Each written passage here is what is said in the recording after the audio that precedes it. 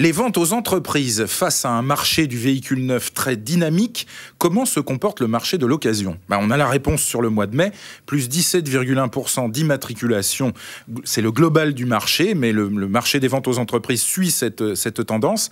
Ce qu'il faut noter, c'est le niveau des remises faites en neuf, qui a des vraies conséquences sur le marché du VO. Je vous donne un exemple précis. Peugeot propose sur Partner, Expert, Boxer un moins 35% de remise en neuf sur le mois de mai, plus 1 500 € de prime verte. On arrive à un niveau qui frise l'indécence, moins 42% de remise. Tout cela impacte très fortement le marché du VO.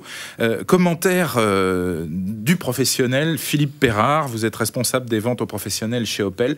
Le neuf impacte beaucoup les prix dans le VO pour vous ? C'est certain que les prix de transaction, comme on les appelle, pratiqués sur le marché du neuf, influent sur les valeurs résiduelles des produits, puisque si la différence n'est pas assez soutenue pour le revendre en VO, vous ne le revendez pas. Un client n'est pas idiot.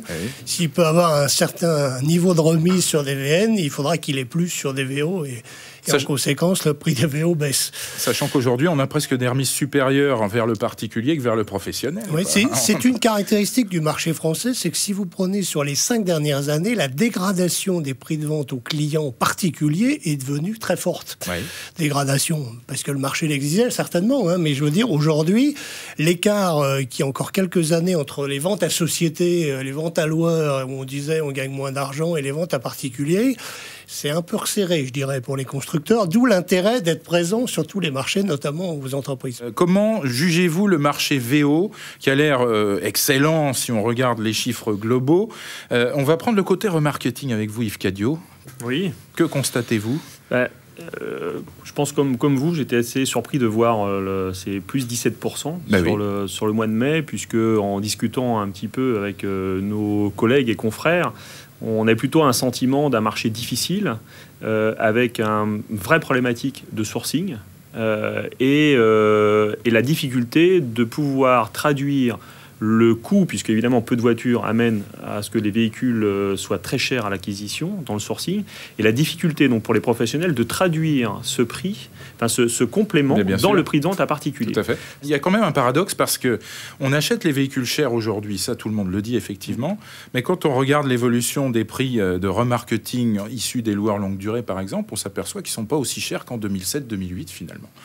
Donc, est-ce que le marché est descendu globalement d'un cran à tel point que les professionnels ne puissent plus assurer des achats à des prix un peu plus élevés pour le traduire en termes de marge finalement ?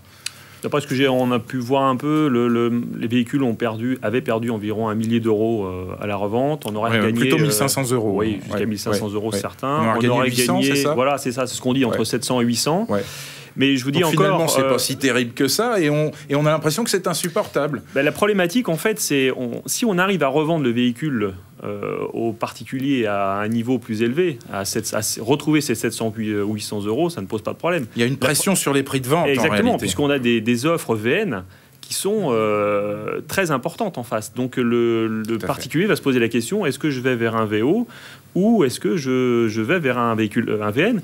Sans oublier aussi des offres de reprise. Oui, est-ce que je ne vais pas vers un VO moins cher finalement ? Exactement. Ou plus ancien. Exactement. Et in fine, est-ce que je ne vais pas l'acheter sur les infométiers gratuits, donc échappant aux professionnels ? Exactement. Christophe Michaeli, en termes de ticket moyen, comment cela évolue-t-il depuis le début de l'année ? Alors c'est assez stable, il n'y a pas d'effondrement ou de mouvement très fort au niveau du mix. On reste en moyenne autour de 10 000 €. On reste entre 10 et 12 000 € selon les marques, parce que là on parle de moyenne. Mais parlons des généralistes, essentiellement. Absolument. Moi je voudrais dire que ça a aussi un impact, le sujet des valeurs résiduelles a aussi un impact sur les produits de fidélisation, les produits ballons qui sont commercialisés par les concessionnaires. C'est pas un sujet neutre. Et on a des retours en 2011 sur des... souvenez-vous, on était en 2008, il y a eu pas mal de produits ballons fidélisants qui ont été vendus par les réseaux, avec des engagements de reprise qui sont portés par les concessionnaires. Et donc ces véhicules reviennent en 2011, 36 mois plus tard. Avec des VR dégradés. Avec des VR, justement, qui peuvent être... poser problème.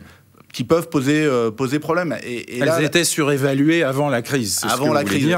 Et ça peut effectivement fragiliser toute une activité, hein, puisque il y a eu pour certains réseaux de très forts volumes qui ont été réalisés.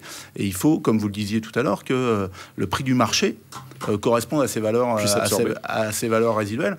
Voilà, c'est une des difficultés aussi au quotidien des concessionnaires. Ça reboucle entre le VN et le VO. Finalement, c'est qu'au moment où on vend un VN et où on doit prévoir la valeur résiduelle à 3 ans, il peut se passer un certain nombre de choses, comme on l'a vu ces derniers mois, qui font que ce qui se passe n'est pas vraiment ce qui était prévu. Oui. Effectivement, nous aurons l'occasion de revenir sur ces volumétries que les distributeurs jugent un petit peu introuvables. On rappelle que depuis le début de l'année, et ça c'est une information, la lettre autocassette VO, les volumes vendus par vous, les distributeurs, sont plutôt stables par rapport à l'an dernier, année 2010, qui était en baisse de 10%, voire 12 ou 13% par rapport à 2009.